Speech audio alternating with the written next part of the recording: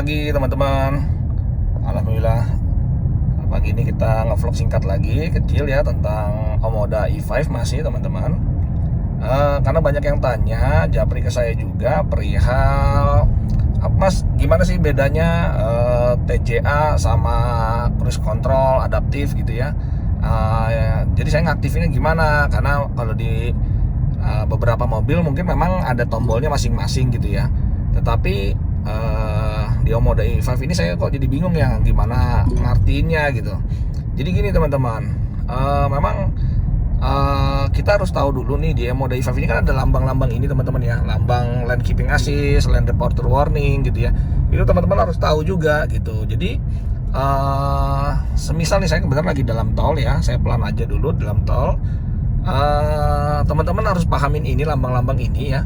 Nah jadi gini, kalau lambang itu, lambang yang lane keeping assist nyala itu berarti kalau kita aktifin si cruise control ini, tombol ini, itu otomatis teman-teman nanti akan masuk ke modenya ya yang adaptive cruise control gitu teman-teman. Nah tetapi kalau dia ininya tidak nyala ya, tidak nyala berarti kan sama juga tidak membaca garis jalan, marka jalan nih, marka jalan kanan kiri ya, dia tidak baca jalan ini nih. Ini kan sekarang dia sudah mendeteksi ya, jalan kanan kirinya ada garis. Nah selama dia kecepatannya itu di atas 50 km per jam, dia akan masuk ke adaptive cruise control.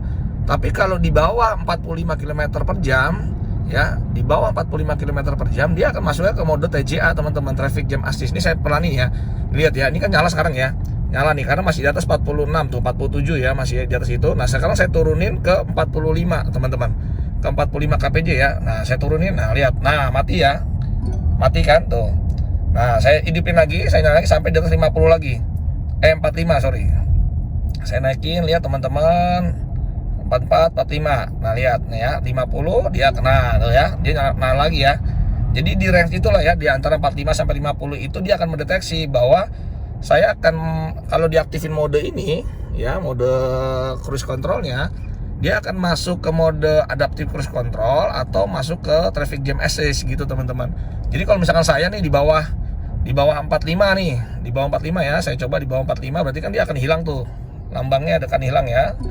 Ya, oke, udah hilang ya. Nah, ini kalau saya aktifin ini jadi traffic jam assist teman-teman nanti gitu.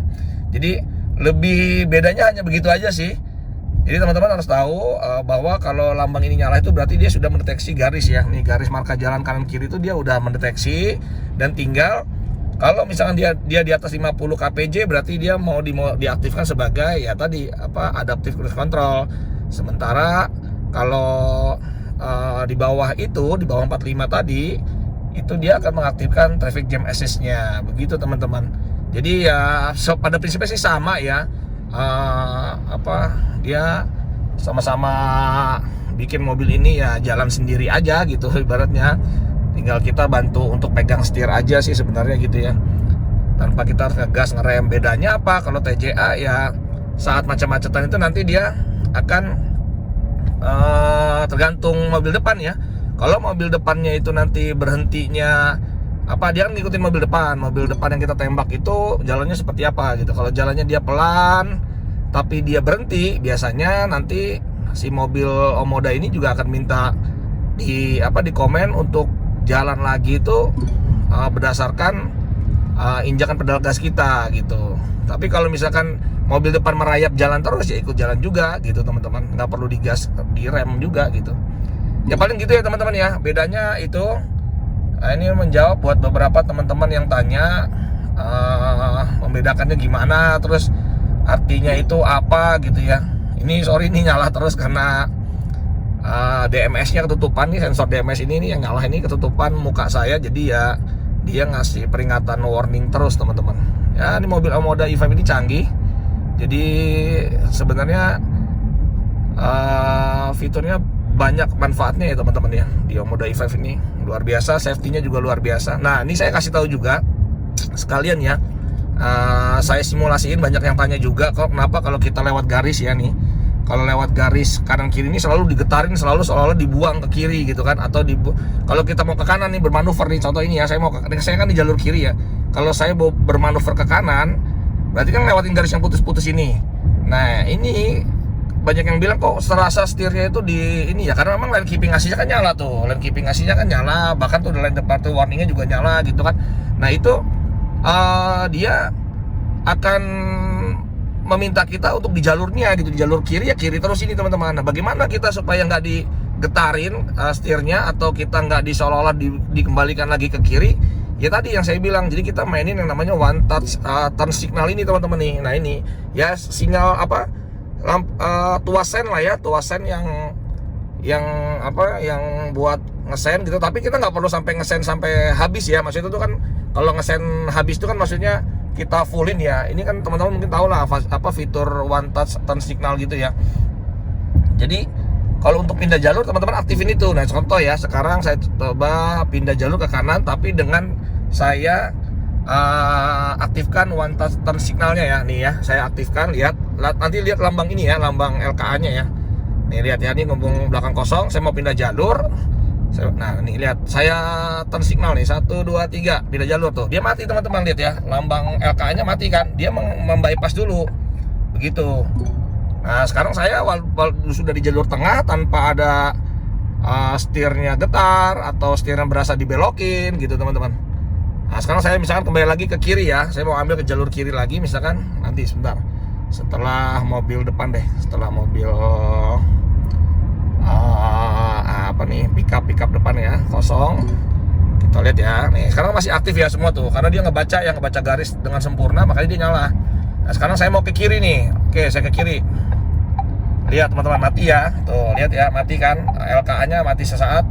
Nah dia aktif lagi nanti ya, kalau sudah tuh aktif lagi ya, dia udah ngebaca garis lagi, aktif lagi teman-teman.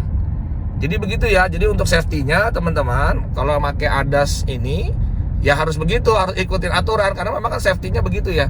Jadi kalau mau belok kanan kita harus ngesen, belok kiri bermanuver kanan, bermanuver kiri ya kita harus ngesen gitu ya. Walaupun sennya itu nggak perlu sen sampai patah ya, karena kalau sampai patah kan itu harus belok, harus belok patah baru dia bisa rilis gitu ya. Nanti teman-teman harus kembaliin lagi gitu. Tapi kalau one touch turn signal teman-teman pasti tahu lah. Jadi kita ngaktifin ini nih, tuas sen ini nggak mesti harus sampai mentok ya. Kalau ini kan mentok nih, contoh nih ya, saya mentok ini. Nah ini kementok nih, dia sennya nyala terus tuh, aktif terus. Tapi bukan begini maksud saya, tapi yang cuman di one touch aja, cuman diginin aja nih, disentuh gini tapi nggak sampai ngeklik ya. Nah tuh dia 3 detik dia mati, dia 3 kali nyala lampu sennya dia mati lagi. Nah itu fungsinya untuk tadi, untuk bermanuver gitu teman-teman. Jadi kalau misalnya kita mau pindah jalur, kita pakai aja 3 kali one touch turn signalnya ini, kita pakai aja, kita aktifin. Begitu ya teman-teman ya, semoga paham. Ini bagian dari safety kita berkendara.